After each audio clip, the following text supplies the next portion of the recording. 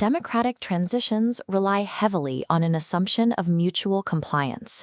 When an election ends, the losing party is expected to concede and step aside. But when an incumbent simply ignores that convention, the machinery of government can quickly grind to a halt. These unwritten rules work perfectly until someone decides to test them. Consider a scenario where a chief minister suffers a decisive electoral defeat, yet explicitly refuses to tender their resignation to the governor. Or consider a different kind of pressure point. A sitting chief minister is detained by an investigative agency and attempts to run the state government from a jail cell.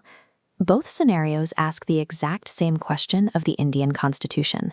If a leader will not leave power voluntarily, what exact legal tools exist to force them out? The Constitution is an active system. When standard protocols fail, it relies on built-in debug mechanisms to forcibly resolve these crashes and restore lawful executive power. The first protocol is found in Article 164 of the Constitution. This article governs the appointment of the chief minister by the governor. It contains a crucial stipulation. The chief minister and their cabinet hold office during the pleasure of the governor. That pleasure is not a personal preference. It is a strictly conditional legal status, contingent entirely on the chief minister maintaining the confidence of the majority in the Legislative Assembly. This chart shows the 2026 West Bengal election results. The incumbent party secured 80 seats, while the opposition secured a clear majority with 207 seats. Despite the mathematical reality of this defeat, the incumbent refuses to step down and initiate the transfer of power. Chief Minister Mamata Banerjee argued that the mandate was heavily compromised, claiming severe irregularities and rejecting the official vote count.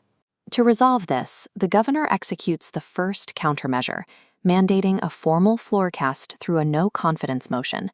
This forces the political dispute into a physical, verifiable space.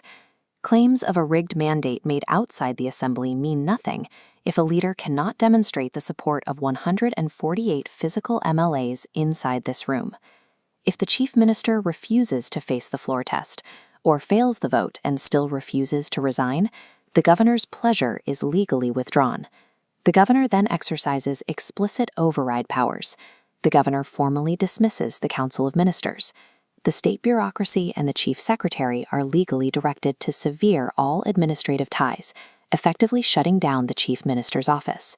Failing the floor test instantly strips the defiant leader of all legal standing.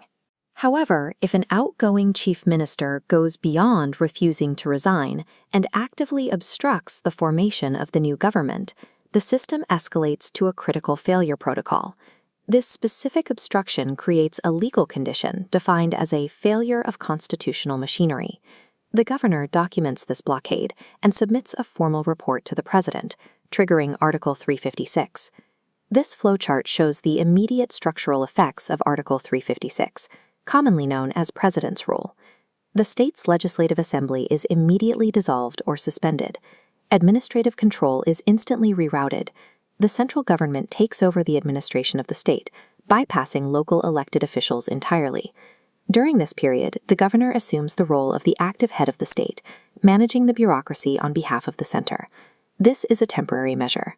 The Constitution imposes a strict deadline. New elections must be organized and executed within 6 months of invocation. Article 356 serves as a hard reset. It clears critical blockages in state-level transitions and forces the system back to the electorate. Now apply this logic to the second stress test.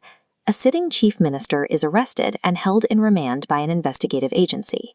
To understand why this doesn't automatically trigger a removal, we look at Article 361.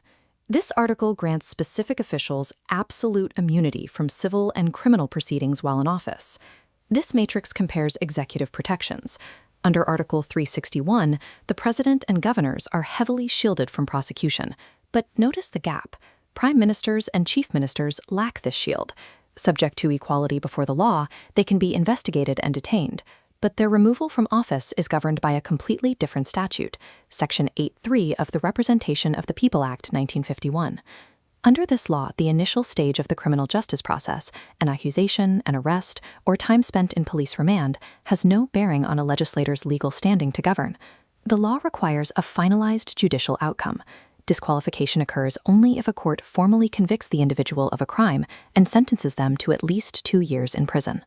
Until a judge delivers that conviction, an arrested chief minister retains their mandate. This prevents investigative agencies from unilaterally dissolving governments. In August 2025, lawmakers introduced the Constitution 130th Amendment Bill to specifically target this dynamic. The bill proposes a mechanism where any minister, including a chief minister or the prime minister, is automatically removed from office if they are detained for 30 consecutive days on charges carrying a 5-year minimum sentence. However, this proposed amendment collides directly with the Supreme Court's ultimate defense mechanism, the Basic Structure Doctrine. Established in the landmark case of Ananda Bharati ruling, this doctrine dictates that Parliament cannot pass amendments that alter or destroy the essential features of the Constitution.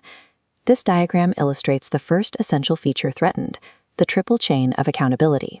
Executive agencies answer to the government, which answers exclusively to the elected legislature. The 130th Amendment snaps this chain, granting investigative agencies the authority to unseat a government without legislative consent. It also violates federalism. A central law enforcement agency could detain a state chief minister for 30 days, effectively empowering the union government to dissolve a state government without ever calling for a floor test. Finally, it bypasses the rule of law.